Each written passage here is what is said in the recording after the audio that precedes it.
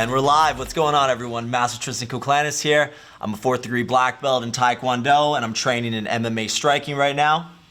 My name's Master Nick Koclanis. I've been studying about 50 years now. I'm a master of Tai Chi and Taekwondo and studied a wide variety of martial arts. Today, the topic was sent in by Damon Leonard. We're going to be talking about the best way to get into martial arts. I'm going to leave the floor to you first because you're what started it for me. Well, it all started with Bruce Lee. I mean, back in the 60s. And every boy wants to be able to defend himself because we always see violence in the schoolyard.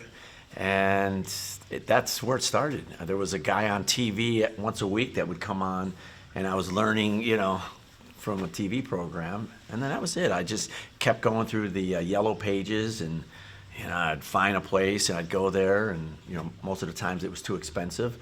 So my first class was judo at the YMCA. Nice. And it's gone ever since. How about you?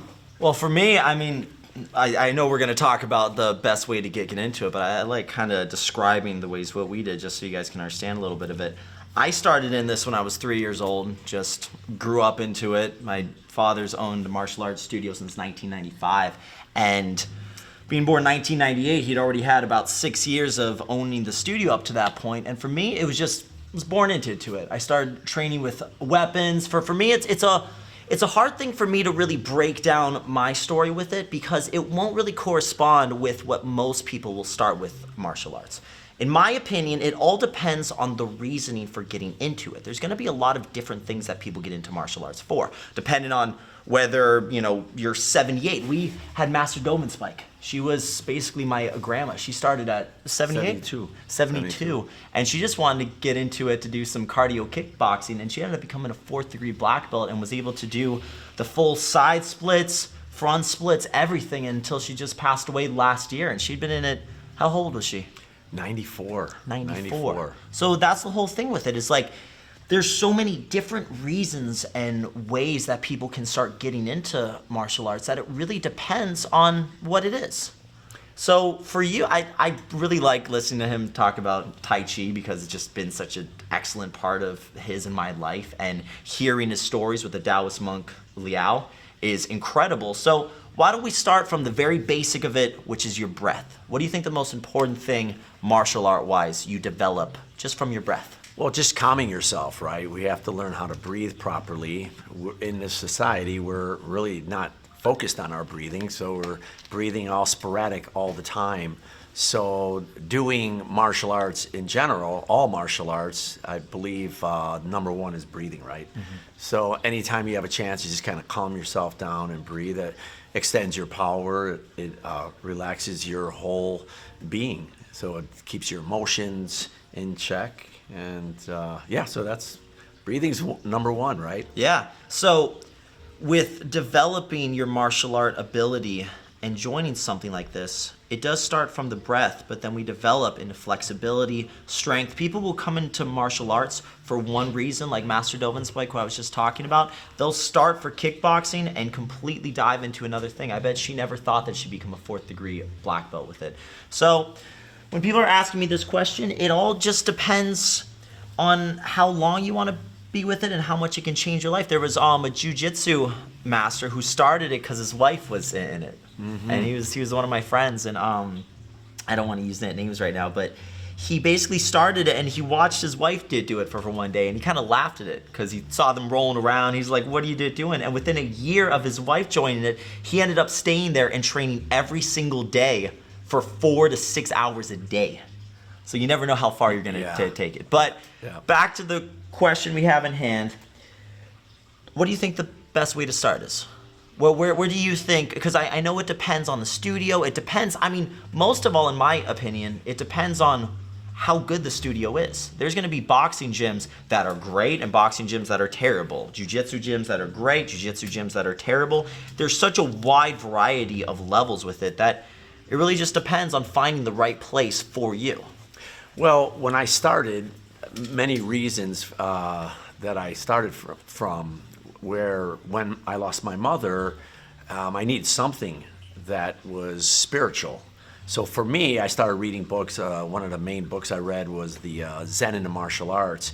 and that was my Bible, and it talked about breathing and being centered, and it's a great book, for everybody to read. Yeah. So I went from Bruce Lee to needing something on a spiritual level, and that's where the whole Tai Chi thing came to me. And then, because in Chicago we had, yellow pages this big of martial arts, right? So every day I would just go through the yellow pages and I'd say, I'm going to go to this place.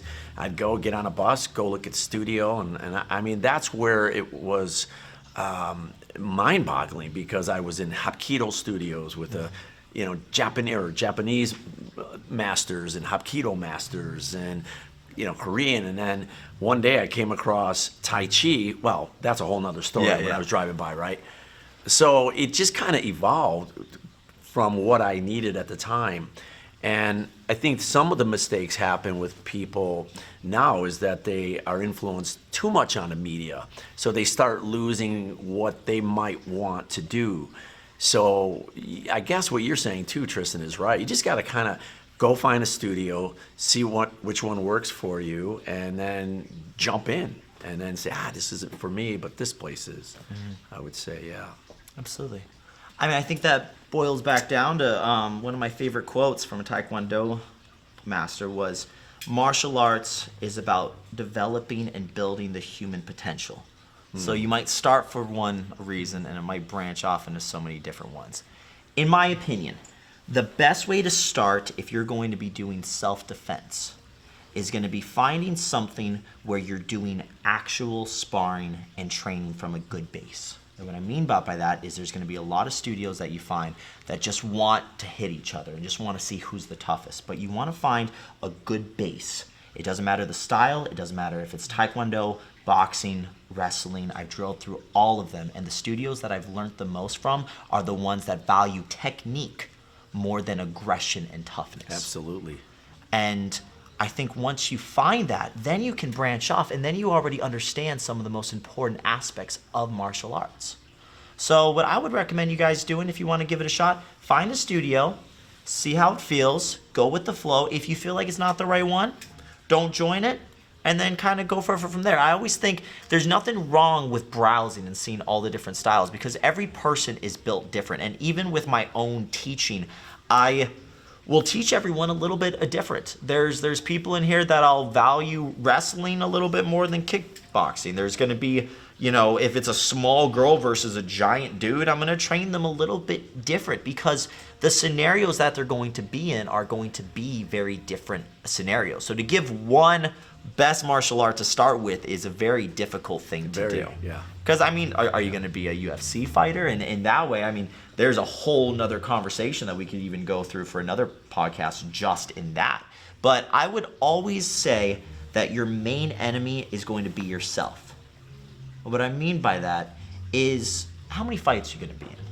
In the past couple of years, how many times have you had to fight? For me, I haven't had to fight because I was in elementary school, right? I have to fight myself every single day. And what I mean by that is when you bend over to tie your shoe and your back hurts and your hip hurts, or you fall down, or you see some of these older people and they fall and their value of life goes down significantly because of it. So when people are always looking like, hey, what's the best way for me to be able to beat someone else up? Why don't you first focus on how to face yourself? Why don't you first focus on being happy with yourself, your own flexibility, your own balance and strength, and start there. And then once you learn about yourself and once you dig deep and see what you really want out of martial arts and your life in general, then you have a little bit more of an appropriate grasp of where you want to go with that. And that's one of the reasons why, even though some people might not want to go into something like Tai Chi or some of the more fluid arts when they get into martial arts, I think those are the most important ways to start. Because as we develop more and better striking and we go more into MMA and the UFC, a lot of times we lose the main aspects of martial arts that make them important. And that's your physical well-being and understanding your center. You know what I mean? All the styles of traditional Chinese martial arts, like keep your eye on the lead elbow, guard your center, all of those things are a lot of things that people really take for granted, the mental side of it. They're always physical. They're always, what am I going to do from here? How am I going to punch here? But what about the way gravity is aligning your spine? What about having bad posture? What about having a weak back? Those are the things that are going to affect you way more than anything else's or anyone else's. You know, there's a challenge though. I'll go back to Chicago. There were so many masters that came from China. I mean, it was the wave, right, when Bruce Lee came out and Jackie Chan. So you had the best Korean masters, you had the best Chinese masters, you had, Filipino martial arts. So you could go pretty much anywhere and find a true master, right? Now, like I was even looking for some Wing Chun, right, to kind of maybe go take a couple classes. Yeah. There's nothing in the neighborhood, so you have to travel to Chandler. Yeah. So it's almost like you're lucky. I got very lucky, and even one of my students, Al, he's been around a long time, he said, you must have good karma to meet Master Liao, right? I mean, but I traveled 40 minutes after I moved to see Master Liao, and then Master Choi was another 40 minutes. Yeah. So I was juggling, traveling a lot. So if you do find a studio in your area, then definitely you're blessed to have that opportunity. Yeah. And finding the right one is worth the travel. I mean, I drive at 6 a.m. every morning before I start work or anything, 45 minutes in traffic just to go train at the lab with some of the other fighters. And then I'll stay here all day because once you find the studio and the group and the mentality that's right for you, that's going to be an aspect of it that you should hold on to for the rest of your life. That's true. There's people like I was just sparring with Alexander, and while I was sparring with him, we kind of smiled because we worked for like an hour today just nonstop, and I kind of smiled at him and he smiled back, and I think we were both thinking the same thing. Like, we've been doing this since he was 3. We have a 4-year difference between us. We've been doing this, almost 20 years now. We've just been sparring and building and growing as a family. And I'm sure 3-year-old Alexander started for a very different reason than he's training now. But finding that family and finding that group that you can train with and feel comfortable with and grow with as a unit is going to be far more important than any of the initial reasons that you started martial arts in the first place. Well, that goes to say too, all right, so now we're talking about maybe distance, finding the right place. How many students, and even our whole mission is, they come in here for a period of time, and it's like it's my obligation, it's your obligation to give them the most of the true martial arts as you can. So how many students have I met that went to go do Tai Chi and it was some watered down system? So you can almost go 10 years and not even really learn anything. So it's really important to be able to find and know how to find, and I guess that's the question. I think what helps us now is social media. I mean, you have YouTube, you can see what quality martial artists are, and I mean, you've done a great job, and we've done a great job because we realize, and you kind of brought this side of, hey, we need to extend into more styles, but you didn't just say that, you were really becoming that. So all of a sudden, this evolved, MMA and the lab and So I think one of the questions that it ends up boiling into is less about what style you're going into or what gym you're going into, and more about the coach that you have. There's been gyms that I've had that I didn't like at all except for that one coach. And finding a coach who's also training is the most important part. I've never had a good coach who wasn't training. Because if they're not part of it, if you're not training, if you're not working every single day at the thing that you're teaching, you're not really into martial arts. You're doing it as a job. I mean, you have 3 hours a day you do a Tai Chi and drilling and stretching. And for me, I can't get enough of it. You know what I mean? So find a coach that trains with you. Find a coach that is just as passionate about the art, if not even more, than you are when you first started. I mean, a black belt is just a white belt that never quit, and that should be more mentality than anything physical. Yeah, you have to train. Yeah. Right? It's so then if you have a coach, it's a lifestyle. That's like, you have a coach that's like not even train with it. Well, they're not into it. When I think about all of my training with all of the masters I've studied with and how powerful they were, all the knowledge that it's just I've been able to absorb, and it's just sitting here. And then sometimes I'm like, does anybody want some of this? And it's nothing about technique. You mentioned it's about proper alignment, proper breathing, how to practice. You only have this amount of time, what to practice. Because that's I'm finding that out right now. I'm constant refining, and it changes. And you've done that. You've made lists. I'm going to do this, and I'm changing to this. So you can't get stuck into dogma. Right. That I have to do this and I have to do that. So you almost need that coach or teacher to present different practices as you're evolving. I mean, I have to look at someone like Max and say, okay, I see something in Max, in part of his posture, let's say.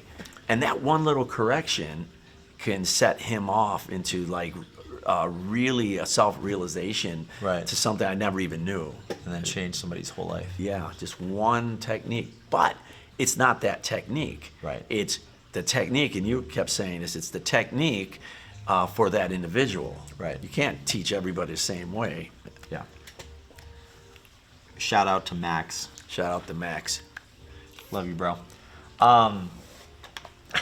We did some kind of rolling hands. Yeah? He was good. Yeah? Is he getting I never good? went with someone that I've tall, been man. training I with was like, him these a lot, long man. I arms are gotta coming tell at me, man. I was like sparring with an octopus. It's kind of scary with the kicks, too, because his hands will be up here, and all of a sudden you'll see a it just kick and comes be like, in, where did that come from, man? Comes out of the back room. Going back to the mentality side of it.